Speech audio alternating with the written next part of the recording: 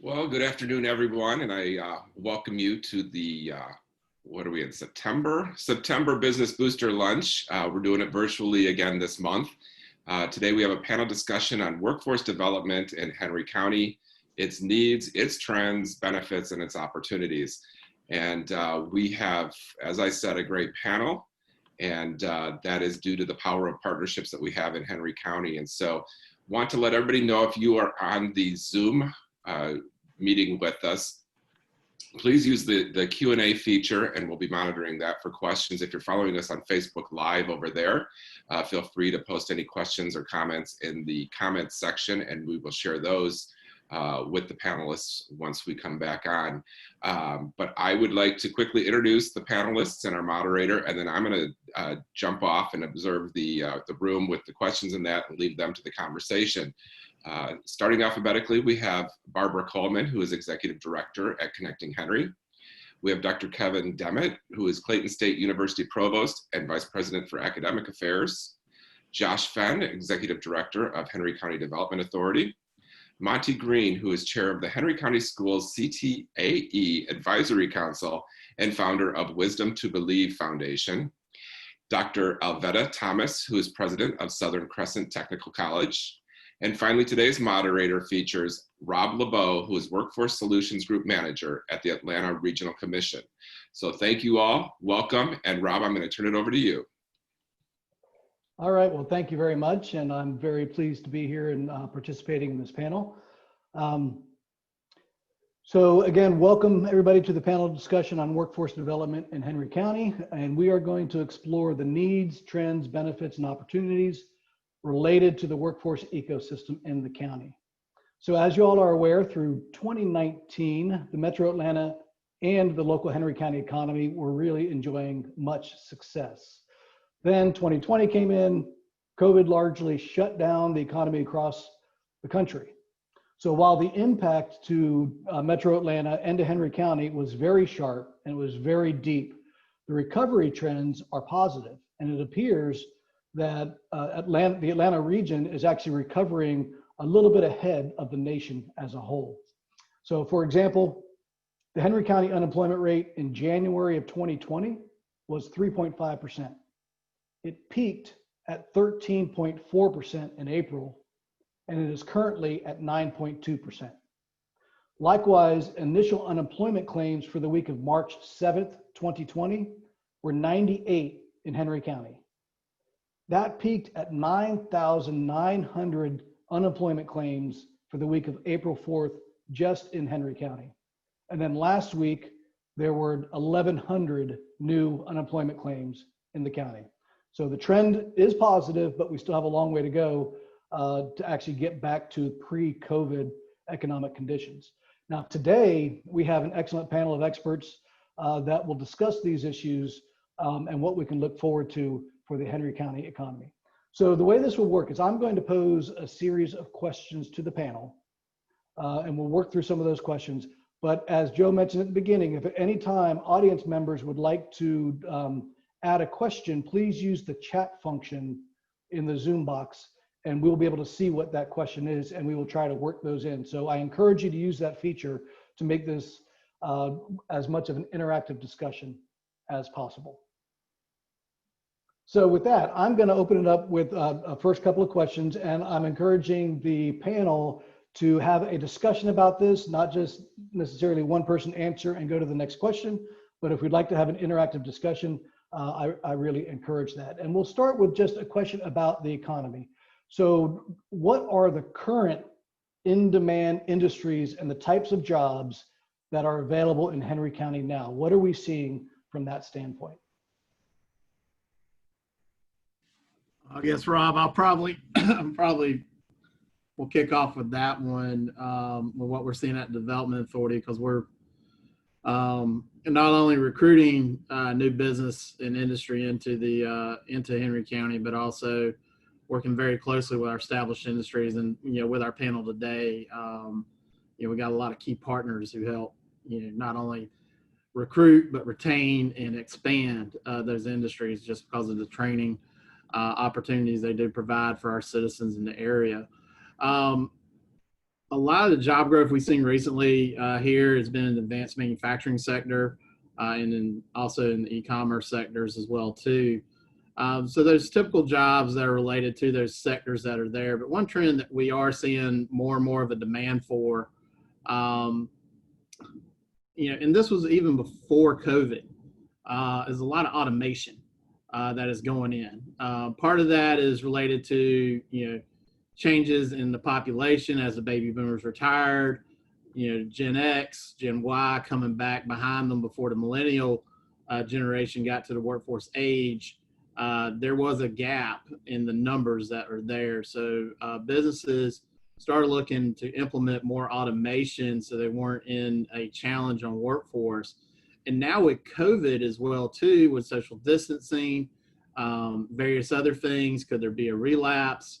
Once, we get vaccines and get past all this, businesses are going to take that account into their planning for next time, because they don't want to get caught with that, left hook out of nowhere again, like we've been experiencing with COVID. So, skill sets, with electrical, machinery, robotics, if you are interested in that, or if you have skill sets in that right now, you're going to have your pick here, not just in Henry County, but in the Metro Atlanta region as well too. There are plenty of opportunities in that area.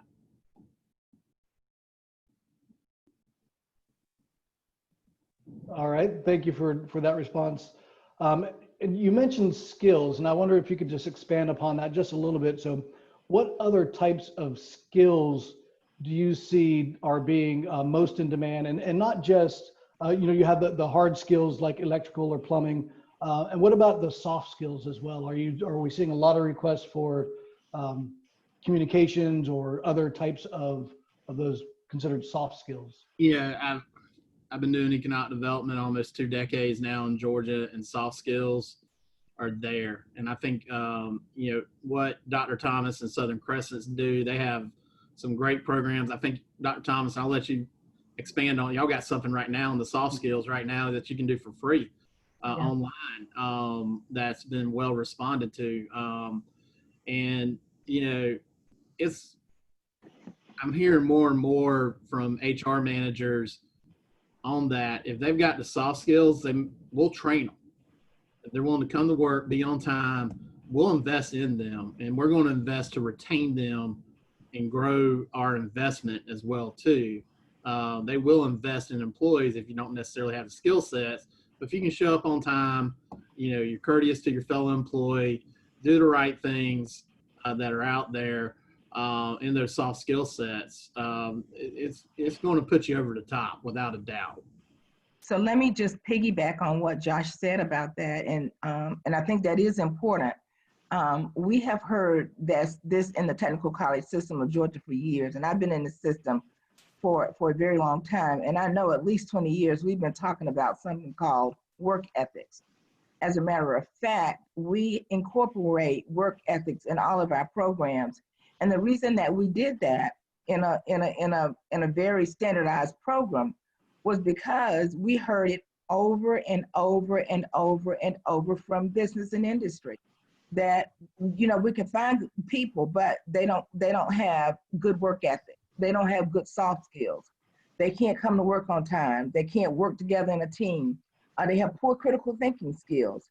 And so we have about 10 traits that we focus in on for every class. And starting this year, Southern Crescent will also have it as a part of the transcript. And I'm going to give you an example of how important it is and why it's so important. I came from another institution. And at that institution, before coming to Southern Crescent, I was working with a major industry to staff some positions. And they wanted us to help them to find automotive technicians. We looked at our graduates, and the only people that I would send for interview were students who could come to class on time, who did all of their assignments, not just the ones who could actually do the work, but the ones that showed a good attitude. And that program became replicated nationwide, and it was replicated because of the success of the graduates that we sent to them, not just with the technical skills that they needed, but with the work ethics that went along with it, and that we were able to support it and say for sure that we knew that. So now our faculty keep up with how well students behave in terms of work ethics, so that when an employer is looking for a good person for a job, we can include that part of it in our recommendation. It is really important. I hear it all the time, Josh. We can train them to do the job in the company, but we can't teach them that other stuff. And so we've been working on that for years in the technical college system of Georgia. And beginning next semester, Southern Crescent Technical College students' transcripts will have an indication of their work ethics success on the transcript. So I think that is really important, and we're hearing it more and more and more. I agree wholeheartedly with Dr. Thomas that students today need to be well-rounded both in their technical skills, but those soft skills. One of the things that we've been focusing on is reducing the number of credit hours needed for the discipline so that students can take a wider cross-section of courses. I think if you're a business major, you need to be taking courses in communication and culture and understanding the perspectives of different groups throughout history and underrepresented groups. You need, if you're a liberal arts major, you need to be taking courses on Excel, on computer, basic computer skills, because we find that students will not just be doing one job when they graduate, that not only will they be moving into successive careers, but in the positions that they hold, those that have multiple skill sets will be much better prepared to withstand downturns in the economy because they are more versatile and can work in different environments. Those are great points and great examples of how our technical colleges and our universities are responding, and I appreciate those. I wonder if Monty and Barbara, if you could talk a little bit about how you're preparing students before they graduate high school, or those that may have graduated and have yet to enroll in post-secondary. If you could talk a little about your programs on that. Barbara, you want to go first? I will, thank you. As some of you may or may not know, but here at Connecting Henry, we actually work with students that have dropped out of school. The majority of our students, they are between the ages of 16 and 24. And I love Southern Crescent. I am a graduate of Southern Crescent back in the day, but not all of the students are college material. Some of them just really want to go into the workforce. And so some of the things that we're doing here at Connecting Henry is working on those soft skills as well. We've heard time and time again, people want to work, they want to work, but they get a job, but then they can't keep the job. So we're working on those soft skills to help them to keep the job, not just being on time, but being respectful. We set the culture here for how we want the students to behave in the workplace, which means we as employers and here, we need to be to work on time. We have to emulate that. We have to show respect to our fellow employees. So we call each other Mr. and Ms. just so that we can set the example for the students that we're working with. Connecting Henry is, in the past, we've done what we call Inspire job training class. We are revamping that program. It's now the Inspire employment training class because a job is just over broke. We want the students to be more than just over broke. So we're teaching them the employment skills.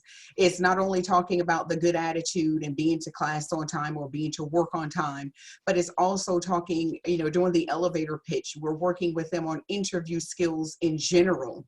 And this is not just for our students 16 to 24, but this class will be offered to the general population for anyone that would like to come that's qualified for the class. And we will help them. We do mock interviews with them. It will culminate in a job fair to help people actually to find employment.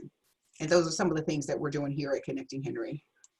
Yeah, and I would just add, I think all this conversation on the skill sets is really vital and important today, because as we work as the chair of the Henry County CTA Advisory Board, our primary responsibility really becomes kind of bridging the gap between our young people as they're transitioning from their high school experience into whatever they're going to do post-secondary, whether that is to move into our wonderful, post-secondary educational environments, or as many of them we find have to really find work, move into that workplace.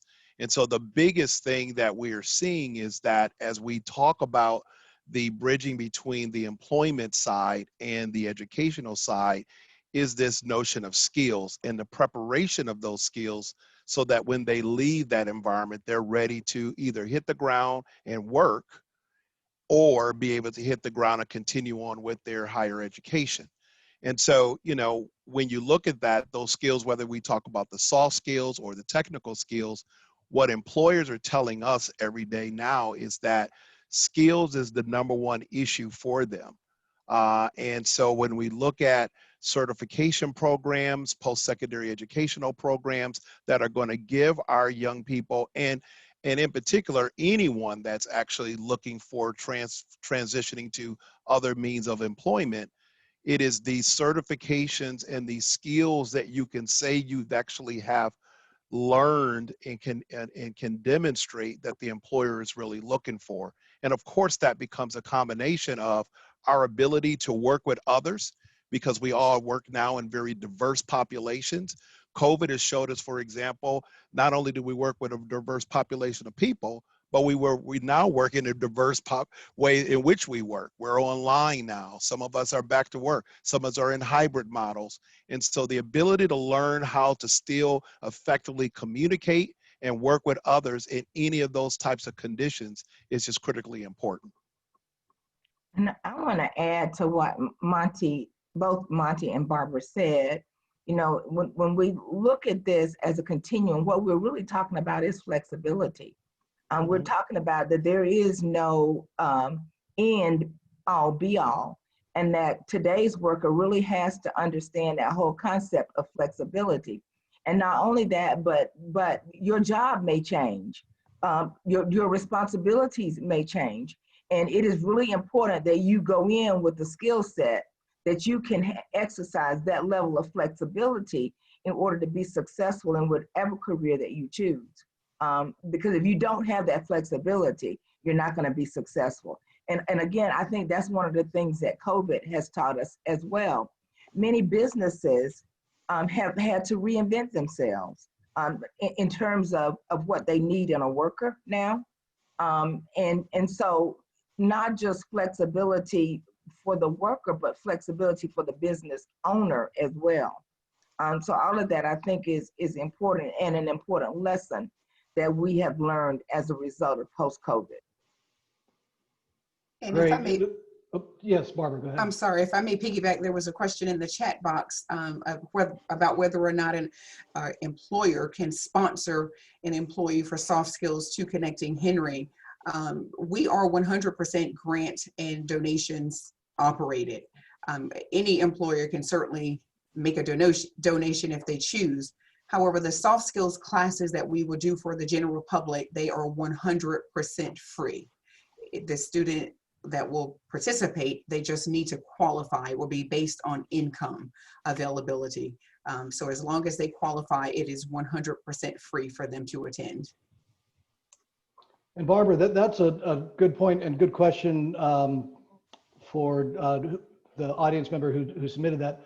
What type of programs or services are available that are geared towards existing employees? So we have lots of businesses out there that may need to upskill or reskill their existing staff. What type of programs are out there to support that? One in particular, or two in particular, actually. The first one is a math class, a basic math skills class. Several months back, I received a phone call from one of the local employers, and they expressed, I guess, their frustration because they're basically recycling employees. They may leave from XYZ warehouse and go to 123 warehouse, and then they're down the street at ABC warehouse because they're having difficulty with the basic skills in terms of math. So one of the things that we've incorporated is that math class. We have qualified instructors that can actually teach it, and that will be something that the employers, they certainly can donate because there will be a charge for that particular class. But we want to be able to do that to help the employers to be able to learn those basic skills so that they can be promoted and they can stay on the job with longevity instead of transferring from place to place to place. That only creates frustration for the employer, but also for the employee. And another training that Connecting Henry is doing, it's in the hospitality industry, which of course we know now that is not a high demand industry, but we do have certification classes for those individuals that's in that hospitality industry or looking to get into the industry that can help them to move up within the organization. From my understanding, there are several positions in hospitality that you don't even need a college degree to be able to do those positions, and they can make fairly good money. but we have a certification class with the American Hotel and Lodging Education Institute. And these classes will show the individuals not just customer service, but teach them how to be front desk representatives. It will help them if they would like to just do entry level as a breakfast bar attendant or restaurant server. And we have a really successful program through that umbrella that's the certified maintenance employee. We've actually worked with organizations like the McDonough Housing Authority, where we were able to place individuals at this company, and we covered their wages and we covered their workman's compensation. And it was up to 6 weeks. And that again is something that we are looking to do to the general public, not just for our students. But the student can walk away with this training. They're learning basic HVAC, basic electrical, basic plumbing. They will learn how to replace a sink, do ceiling fans. They can really go out and start earning money in an apartment complex and building maintenance in an apartment building, or even doing types of work with the industry such as Six Flags or hotels in downtown Atlanta. And these are all things that we are doing here at Connecting Henry. And so one of the things that I would just add to your question, Rob, is that, you know, one of the things that we do, and it was really what prompted me as the founder of Wisdom to Believe. I had been an executive with some very large Fortune 500 companies for many, many years. And one of the challenges we were always faced with was finding skilled talent, as many organizations, you know, have that challenge over the years. And so one of the things that I discovered, and this is one of the things I really now try to promote with my employer partners, is the many different opportunities and resources that exist out in our industries and our communities that are available. So to your question, you know, when we look about things like upscaling or up training our employee bases, you know, there are resources. Many of the employers, if you're aware or not, there are resources in your community called WorkSource boards. They're typically going to be called WorkSource Atlanta, WorkSource DeKalb, depending on what county you're in. In Henry County, that individual WorkSource board is actually called the Atlanta Regional Commission, or ARC, that represents about 9 counties. And what's important about this particular resource is that it is available to provide the types of technical training, whether you're talking about that new worker that you're trying to identify and your needs some specific types of skills. You can partner with your WorkSource boards like Atlanta Regional Commission and Henry to actually get the right types of training implemented with those new skilled workers. Or individuals that are already currently employed with you, you can use training called incumbent worker training opportunities to work with those same resources to provide the same type of training. And let me give you an example. I mean, right now I'm working with a particular organization that we then partnered with the technical college system, like some of the ones represented on our call here. We actually partnered with the Department of Labor and developed what's called a registered apprenticeship program, another resource available to all of our employers. And in developing that, we were able to put together a model that allows now this employer to recruit talent from sources that you wouldn't maybe typically consider, because they don't generally come in presenting with the right skill sets, some of those skill sets that we're talking about here on the call.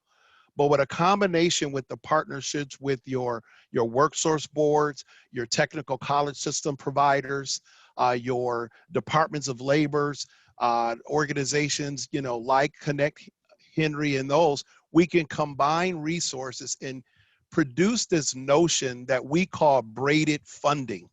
And what braided funding means in the simplest terms is there are funding resources out there that will fund certain things: incumbent worker training, new hire training, technical skills training, high demand training.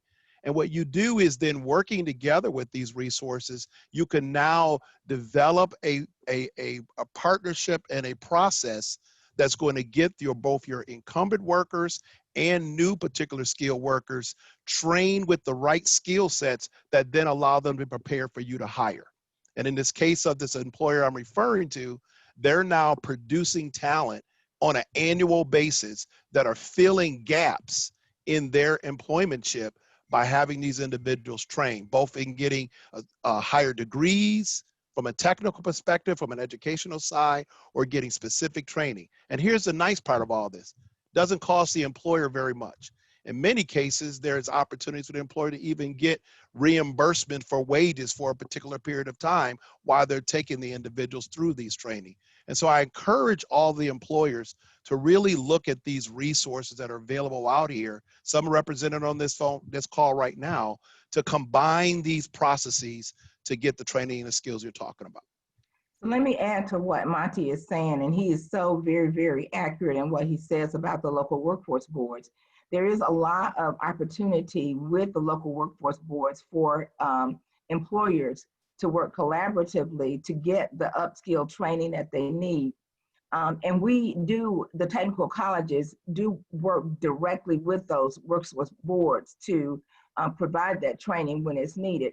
But in addition to that, there are also options, and I'm sure Kevin at Clayton State has the same thing. We all have continuing ed and economic development units that specialize in working with business and industry to provide them with a trained workforce. And so you may come to say to us, look, coming up, let's say a major tire manufacturer might say, we need a new skill for all of our employers coming up. And then we would work with them to provide that skill training in our continuing ed or customized training divisions.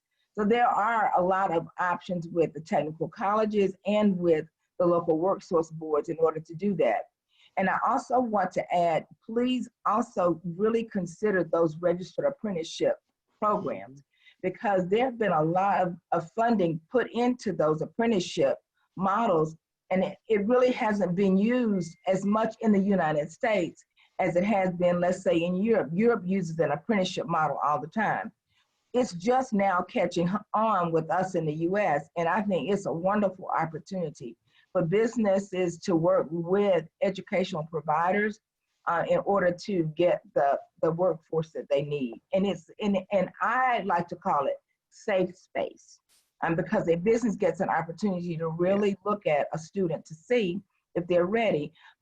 We've been working on a German apprenticeship program with our local career academy for the last few years, and it has worked very well. One of those high school graduates recently, he's very shy, didn't want anybody to know, but he was offered a job out of high school, 18 years old, making $45,000 a year as a result of his apprenticeship program.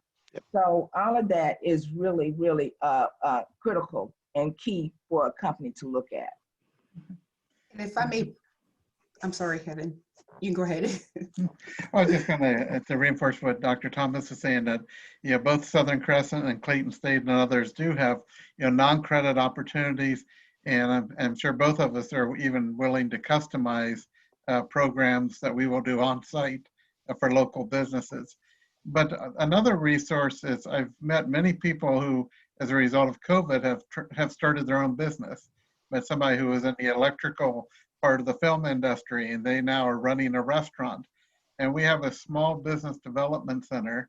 It's associated with UGA, but they have a branch location at Clayton State, and we serve Henry County and can provide good advice on how to start a business, navigating all the regulations, ways to find funding. So I'd encourage those who are interested in becoming entrepreneurs, or who just want to grow a small business that they've already started, to take advantage of the SBDC. Okay, thank you. One of the things two things I want to point out, we have what we call work experience with our students that are enrolled in our program. And I alluded to it just a few moments ago. It's an opportunity where any small business or any large business, we can provide them with a worker, one of our students, and they're between the ages of 16 and 24. We can provide that worker to a small business. And again, we cover the wages and we cover their workman's compensation. So it's a good opportunity for anyone that's, minus an employee at this time and they would like to give a young person an opportunity. It's a great way for them to mentor that young person. And what we have found is organizations, if you can get that student while they're young, mold them, so to speak, shape them, they can then become a really, really really good employee that can stay with the company long term. And in speaking with the internship opportunities or the apprenticeship opportunities, we are currently working with the Georgia Utility Contractors Association. They're located in Morrow, and they do underground utility work. They work with organizations that do underground utility work. So we have a group of students that we are putting through their apprenticeship training program. They can go to a building or place that will become a building for, we'll say, an apartment complex or a shopping mall. And these students are learning how to put in all those utilities underground. The training is 100% free to the students to attend. We will have graduation next week with 2 students that's actually graduated with that program. And the company that we placed them for their work experience was Diversified Utilities. That employer actually hired the students. These were students that were working jobs, at fast food restaurants or doing janitorial work. Now they have a career, and we will be having another class coming up on September 28th. So if there's a young person out there that's not in school and they would like to partake in this training, they just need to give us a call. And those opportunities for those apprenticeships, they really do go a long way. So if I may add something really quickly, what I hope that our listening audience or viewing audience will take from this is that there is really a strong educational and training ecosystem that we have supporting Henry County. And I use that term carefully because I see a colleague of mine in the chat, Kirk Nooks from Gordon State, and is what he talks about quite a bit is that education ecosystem and how really critical that is to serving the community and the people in the community. And so it's not a one size fit all. It's not a one stop, the end. There are a lot of opportunities for the community to gain critical skills and to be successful in their careers. And there is a collaborative opportunity that we have.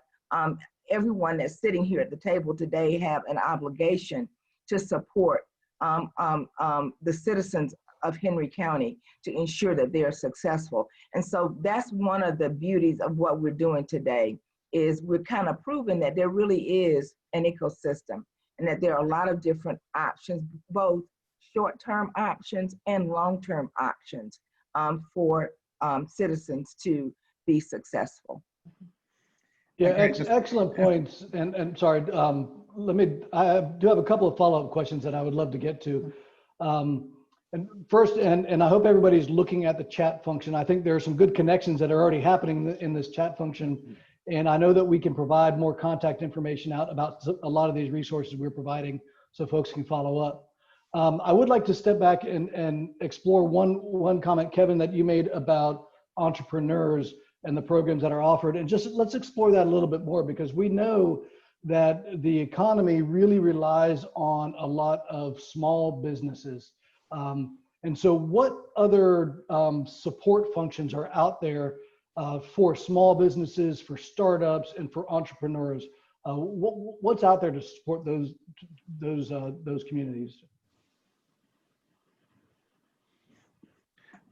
I think in addition to the SBDC, both Southern Crescent and ourselves would have shorter term certificate programs, things like basic bookkeeping, understanding basic business law, because those things are important when you're getting started, that you don't get yourself in trouble with the law by not understanding the governing policy or statutes that are in place, as well as just seeking just a broad-based education and stackable programs. I mean, you can start as a student in Henry County Schools at the Academy and get in the pathway that includes like logistics, and then you can go on to Southern Crescent and get the associate degree, and then come to Clayton State and get a bachelor's degree. Right. And along the way have different employment opportunities. So it's the ecosystem that Dr. Thomas mentioned about,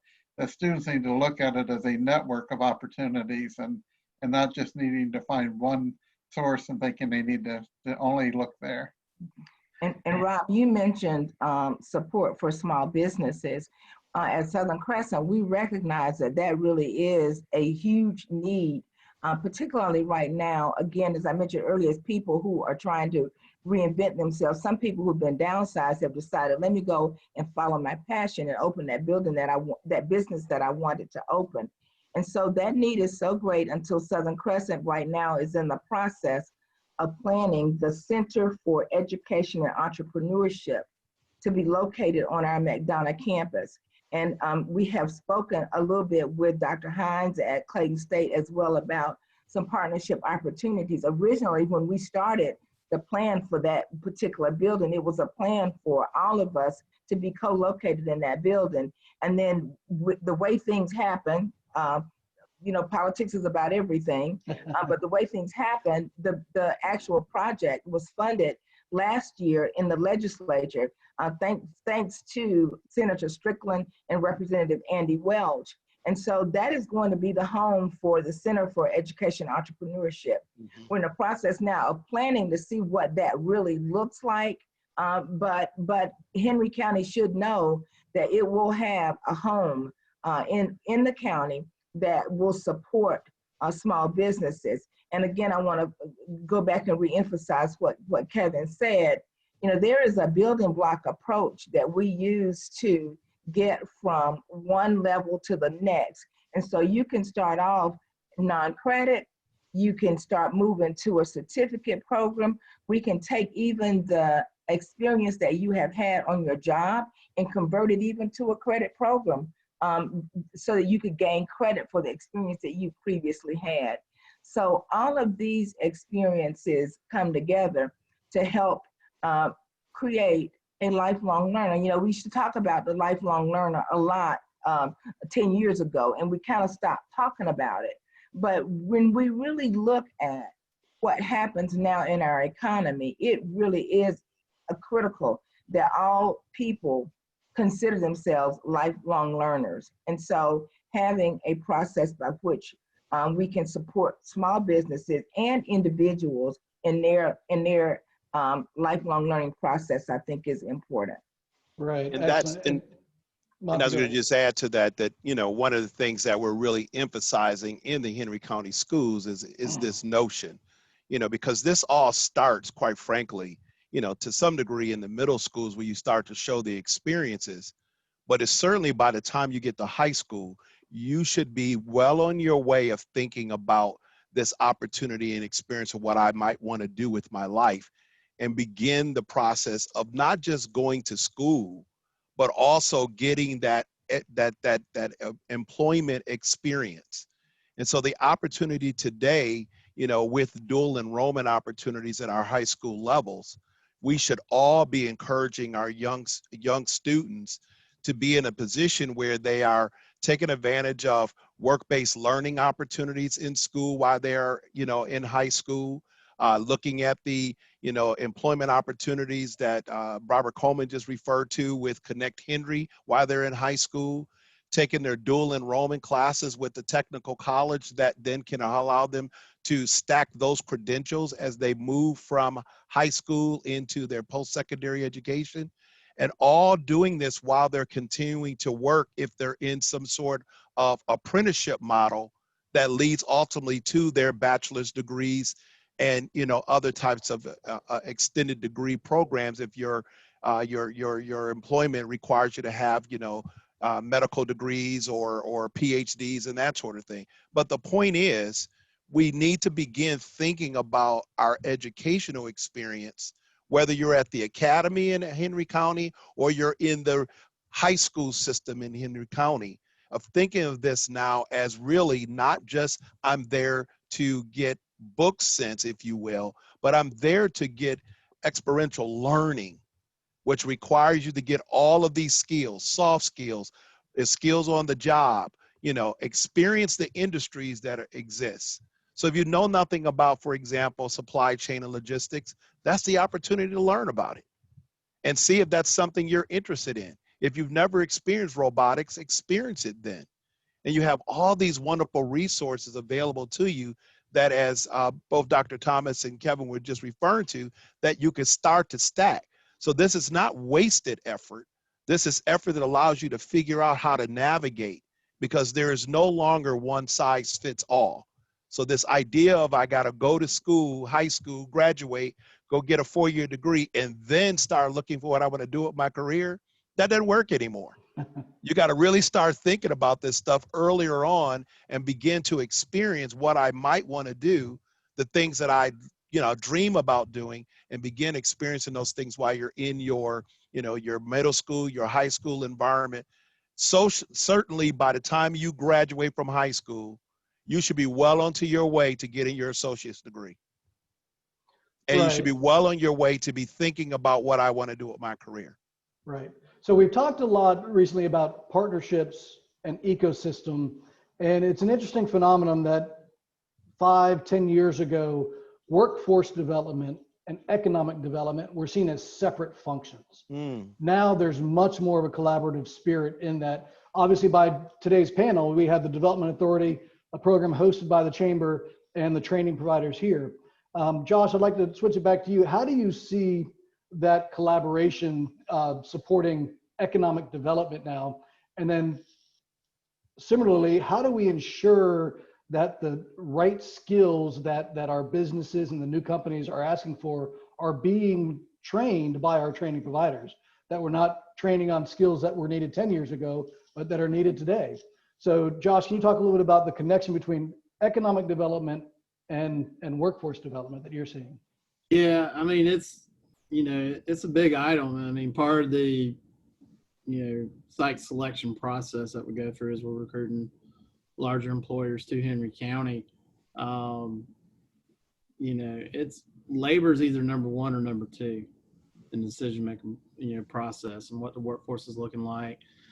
And it's not necessarily, do you have them all? Do you have the infrastructure in place to help build or, transfer a workforce who's looking? And I think, right now with all the job loss impact we have to a major regional hub like Atlanta, Hartsfield Jackson International Airport and all those businesses, there's a lot of job loss there. Well, the counties, Henry, Fayette, Clayton, Rockdale, Coweta, et cetera, along the Southern Crescent, a lot of people are affected by that, and they're looking for work. Well, we got a lot of employers who are looking for employees. Right. So, those programs can transition in, very well. And we're very lucky here in Henry County. I mean, really and truly, you've got these resources, the folks you have on the panel here representing, the various institutions that they represent, a career academy that's not a startup. It's been around. It's one of the first career academies in the state, well-founded there, that has great partnerships with Clayton State, Southern Crescent, Connecting Henry, Gordon State as well, too. Just tremendous opportunities that are out there. Part of keeping what's trending and what's needed going on out there, with our established industry program, our staff who runs that is in constant communication, a lot with Southern Crescent, Clayton, and Gordon State and the school system through the Career Academy mainly, and others. And also we got another great thing too that helps us communicate, and that we participate in and support very strongly. The Chamber participates in and supports very strongly, and that's our Human Resource Managers chapter. This is a professional, nation or international organization. It's called SHRM. If we have any HR managers who are listening who do not participate in that, I strongly encourage you to. And this is where the HR managers can kind of come together and really gives us a good platform, to interact with each other, talk about common themes that we're seeing, but also build the connections with Barbara, Monty, Kevin, Dr. Thomas, Gordon State, the Career Academy, so on and so on, all those entities that are out there, but also with us as well, so that we're all talking, employers are going to compete for employees. That's a good thing. That is a good job market that brings innovation, that brings better, better wages, better benefits, et cetera. That is a good thing. But they all have common themes that they're looking for that are out there. And those discussions, really go a long way.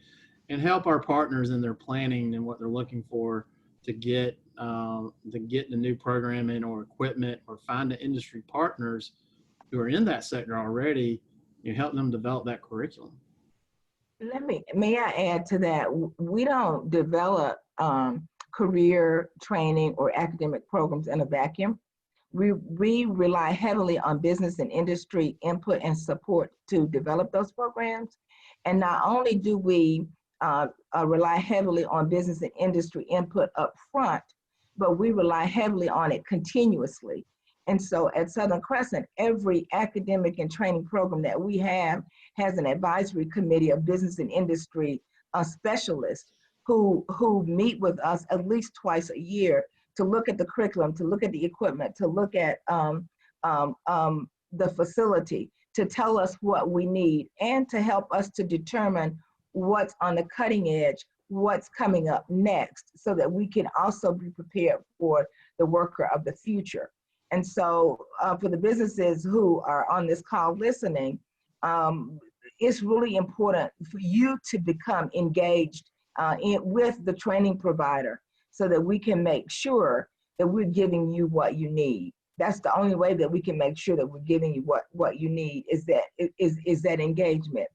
And then I'm going to end that comment by saying there is no mistake about it. Georgia is the #1 place to do business. And it's #1 because we have figured out that workforce development and economic development go hand in hand.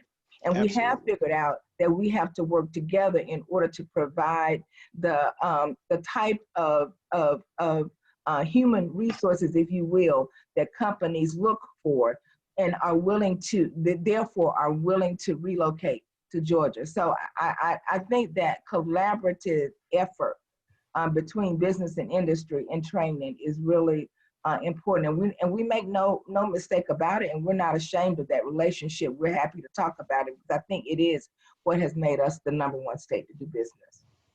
Very good. Joseph, I see your image pop back up. Are we at the end of time, or did you want to add to the conversation? Oh, you're on mute.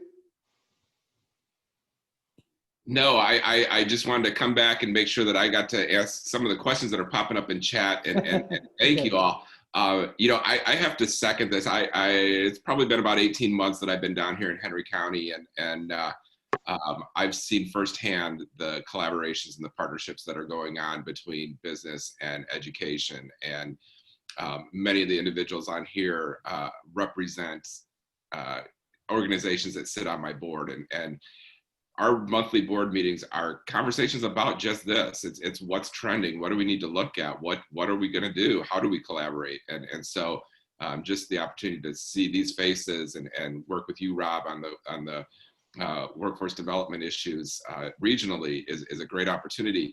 I apologize that we've only got an hour for all of you, because I think what we're going to have to do is we're going to have to look at early in 2021 coming back and continuing this conversation, because this is one I've studied for years and been involved in workforce development for years, regionally and nationally. And we could do, there's entire conferences on this. And so we could go for days on this. But I do appreciate all of you sharing your experience and interest. There is a question here, and I'm going to ask the question, but I think we can make it a little bit more general. Here's an individual that wants to know if there are any programs set up for individuals seeking entry-level employment opportunities.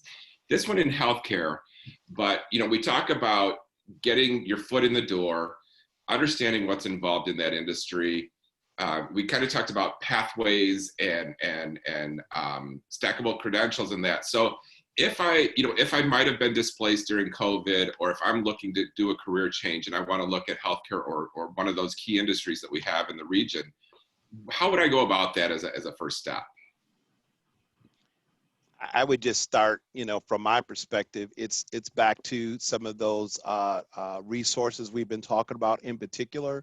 I would start with the resources coming from our workforce boards, who tend to target that entry level opportunity very well. And so providing resources and programs. So I know I was trying to think here what street, I think it's Commerce Street. Somebody correct me if I'm wrong, that the Henry County's ARC's satellite office sits on. I could be Pennsylvania. Pennsylvania. Thank you. I knew it was one of those DC names. So, but yes, so I would encourage that individual to definitely start there as one means to start for looking at that that type of entry level opportunity. Healthcare certainly is one of those high demand industries in Henry County in particular. You know, it is also one of the high growth industries still in Henry County, projecting to continue to grow, you know, through 2021. And so I think there are tremendous opportunities there. And there are entry level positions and opportunities that you can train for. What I would also say to this individual is, as you look at what you're thinking and considering from an entry level perspective, think technology. And I don't necessarily mean coding, because I think immediately when you say technology, everyone goes to computer coding because it's one of the common things we know about. But when I'm saying think technology, think how even the software applications that you would utilize on any one of those positions on the job, where you can go get a certification that undergirds what you may do in the, let's say, in the healthcare industry. And so, you know, if you're looking at interest in project management, maybe it's a project management certification, or it's a, you know, certification. Josh mentioned SHRM. When I first started out and I was navigating individuals into HR, I had them go out and get their PeopleSoft certification. Guess what? At that time, over 85% of the industries in the United States use PeopleSoft as a HR application. If you had that credential, it just gave you another ticket to get in the door to get that job. And so these are the things you really have to, especially at entry level, come in with that credential that you can get from your technical college system, you can get from these workforce providers, you can even get from your university system to get yourself started with something as you enter, would be my advice. Something just from a little bit, as an additional perspective, what you've said is right on target with getting those credentials and finding a way to get in the door. Another thing that may suit some is to look at graduate education, which has changed a lot in recent years. Your graduate programs used to be very theoretical. Today, they're more and more applied. So our most recent graduate degrees are in supply chain, data analytics, cybersecurity, and it's because the more general degrees are sort of going out of vogue, and people are looking, even if they've already completed a bachelor's and they may have some other credentials, when they're looking to add to their training, they're looking for more specific skills. And so I encourage you, and most of our programs are, all those are offered online. And there are other places as well as you can just maybe take a look at graduate. It's not what graduate school looked like 10 years ago. It's more and more of an applied focus. Wonderful. Wonderful. Thank you all. And Rob, I want to take probably the last, we've got 7 minutes. You don't have to fill it all, but if you could, you know what, I apologize. When we started, we didn't start with what you do and what your role at the ARC is, and the way you support both the consumer, let's say the employees / potential employee, as well as the employers. So if you want to wrap us up, and again, thank you all, but if you want to wrap us up with just a little bit of a background on what your group does, so that those that are joining us have a better idea of what's out there. Sure, I'll be glad to say that. First of all, so I'm with the Atlanta Regional Commission, and we are the regional planning agency for the 10 county area. We also go beyond that, up to 20 counties when you're talking about transportation planning. We also do aging services, and we're the staff for the Metropolitan North Georgia Water Planning District. But the role that I'm specifically in is with workforce development. And as I serve as the director of the Atlanta Regional Workforce Development Board. And Monty has mentioned, thankfully, Monty has mentioned several of our programs. But as the workforce board, we serve Henry County plus an additional 6 counties, and then there are other workforce boards in Metro Atlanta. But our primary goal is to serve 2 customers. We serve job seekers, so people that are either unemployed or underemployed. We work to train them and get them the skills to get into a livable wage job. And we serve businesses. So those businesses that have either existing new human resource needs, they need to bring in new employees, or we have programs specifically designed at upskilling and training existing employees. So the two prongs, we serve the businesses and the job seekers. And we do it through a variety of programs and services we offer, including funding local services directly in Henry County, such as Connecting Henry is one of our programs that we serve, and the Career Resource Center, which is located off of Pennsylvania, right there over by the QT, and I forget the name of that business park. But we have a center that is open there every day where job seekers can come in or businesses can come in every day and talk to our staff there about the services that we offer. We do connect very closely with our technical colleges, our universities, and our other training providers all across the region, and particularly in Henry County. And of course, we work closely with our chambers and our development authorities. So thank you, Joseph, for giving me an opportunity to mention the programs that are offered there. Let me mention one website. So if anybody would like to connect and you're confused about one of the websites, if you want to connect to the workforce boards, it is atlworks.org, atlworks.org. That is a single entry page we have now for anybody in the 10-county area. It doesn't matter which of the 5 workforce boards you're interested in working with. That is a single landing page where anybody can go in, fill out some basic information, and it will get to the right person. And then we will be able to engage with you from there. And it has both for the job seeker and the business. We've got basic information on that page. So I encourage you to look at atlworks.org. I'd like to say thank you, Joseph, for asking me to be a part of this panel. Thank you for the panel. I think it was a really great discussion.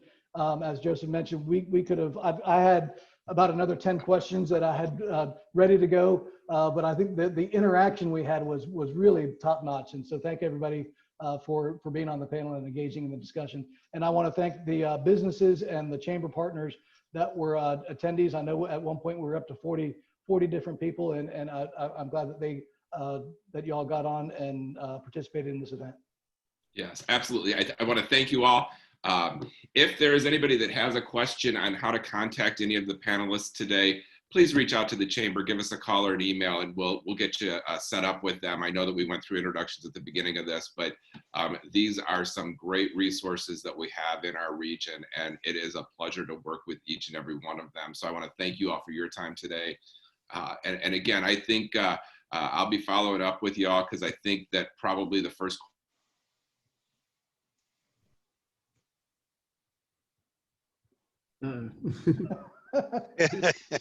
Freeze up. Rob, you The what? There go technology. I think what he's asking is that in the first quarter of next year, we all should be ready to continue this discussion. Absolutely. Absolutely. Good discussion. Thank you all. Yes. Thank you Thank all. you, everybody. Good to see you. Have a great day. Bye. Bye.